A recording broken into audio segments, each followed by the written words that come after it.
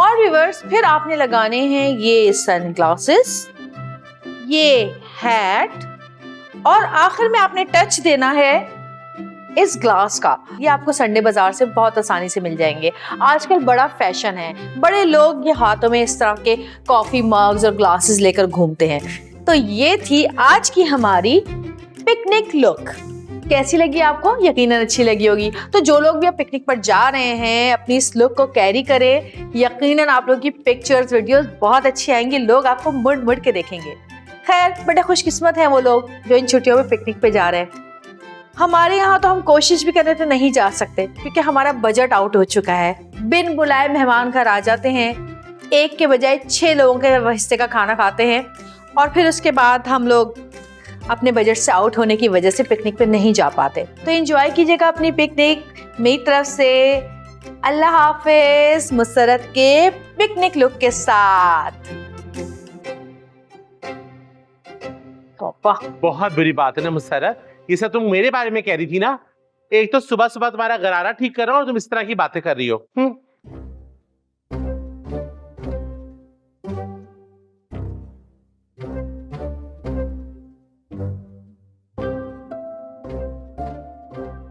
क्या हो गया? सुबह सुबह चेहरे पे 12 क्यों बजे हुए?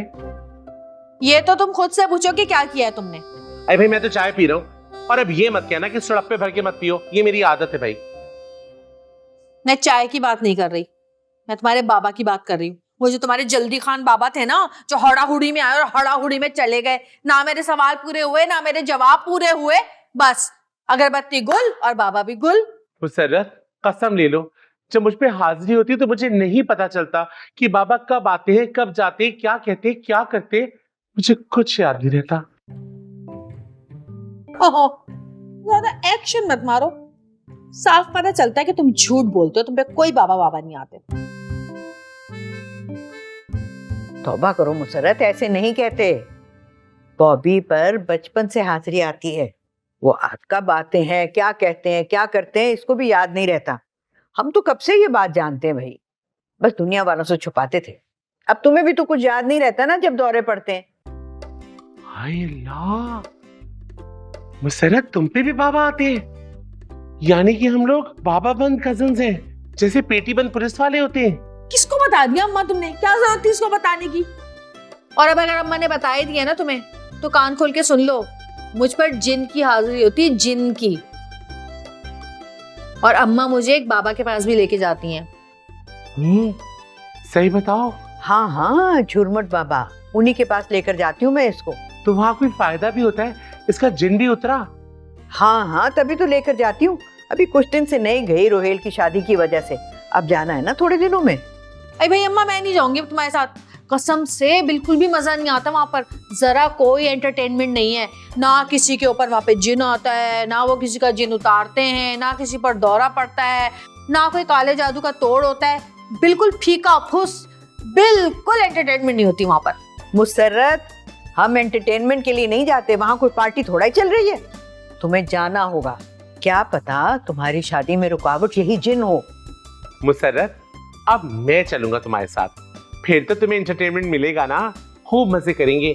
जिस पे जिन चढ़ता देखेंगे ना, फौरन जिन से बातें करेंगे, ठीक है? बहुत एंजॉयमेंट करेंगे। चल ठीक है, चलेंगे। मुसर्रत बहन बहुत भूख लग रही है, पराठा डाल देना एक। भाई तुझे इतनी भूख किस खुशी में लगती है? अम्मा देखना, एक दिन ये हम सबको खा जाएगा, बल्कि टेबल कुर्सियां भी खा जाएगा ये। मैं नहीं दे रही कोई पराठा वराठा, चल जाए यहाँ से। शर्म आती तुम्हें मुसर्रत? तुम्हारा कितना काम करता हूँ, सुबह सुबह तुम्हारा घरारा सही करने बैठ गया और तुम के ओए होए, गरारे पे 2 टांके क्या लगा दिए तुमने, तो हमें खरीद ही लिया है। भाई तुम अपने घर जाओ, भाई तुम्हें जाओ यहाँ से। अच्छा अच्छा, लड़ो मत इतना, नहुसत होती है। इसको समझाएं खाला। भाई इसको बोला अपने घर जाए वापस।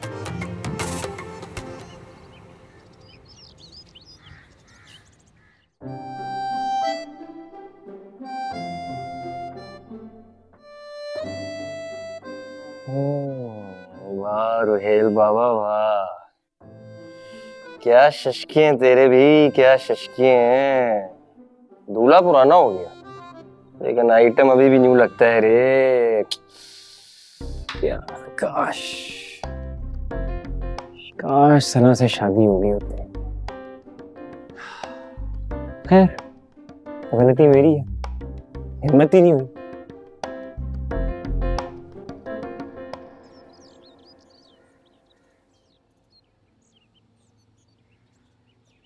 अम्मा, ओ मेरी प्यारी अम्मा, अम्मा जरा 200-300 रुपए दे देना। ससुराल जा रहा था, सोचा मिठाई ले लूं और अपनी मोटी सास को भी खुश कर दूंगा। नहीं है मेरे पास पैसे, और ये प्रोग्राम बनाने से पहले सोचना चाहिए था ना। शर्म तो नहीं आती तुझे? तो इसमें शर्म वाली क्या बात है, बचपन में भी तो देती थी ना आप। हाँ, बचपन में देती थी, लेकिन जरूरी तो नहीं कि 55 में भी दूं। अब ये बचपना छोड़ दे रोहेल, और कोई काम वाम शुरू कर। टांग भी तेरी ठीक हो गई है।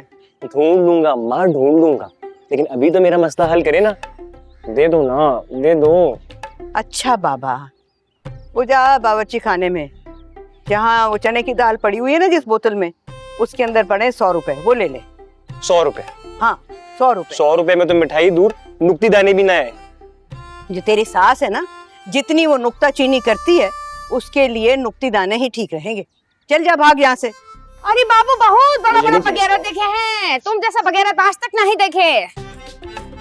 भाभी, ओ मेरी भाभी, तुम जियो हजारों साल। भाभी, ओ मेरी खबरदार जो हमको छुए, इज्जत से रहा कीजिए हमारे साथ, हो जाएंगे हम आपके। दबाइए। जा रहा हूँ, मैं जा रहा हूँ, और रखें आप अपने 100 रुपए, कर लूंगा मैं कुछ। तरबियत दी अपना औलाद लोग को आप। ये ले, जाके अंदर रख के आ। ये लीजिए, झटके कीजिए जरा। मैं? हाँ तो और का, ये रखने जा रहे हैं ना, आपका काम कर रहे हैं ना। आप कुर्सी पे खड़े होकर जरा झटकी लगाइए, ठीक है ना? इसके ऊपर? हाँ। अरे अल्लाह का नाम लीजिए, चढ़ जाइए, हम रख के आ रहे हैं।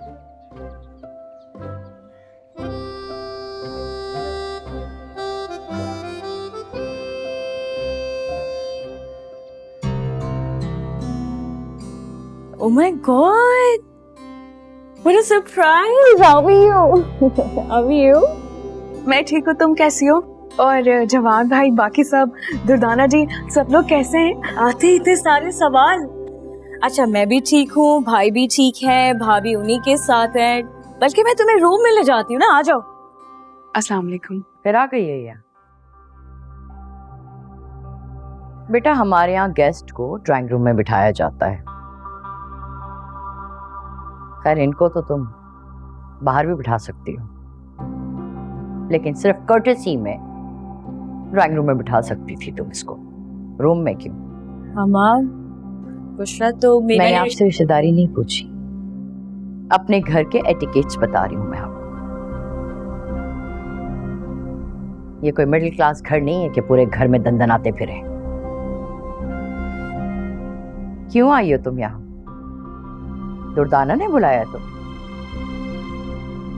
मैं जवाद भाई की खैरियत के लिए आई थी। ऑब्वियसली, तुम जैसे लोग तो मौके की तलाश में रहते हैं। मामा, उसकी इंसल्ट कर रही है मामा। शुक्र करो कि इंसल्ट कर रही हो, धक्के मार के इसे घर से बाहर नहीं निकाल रही। करना तो मुझे वैसे यही चाहिए था।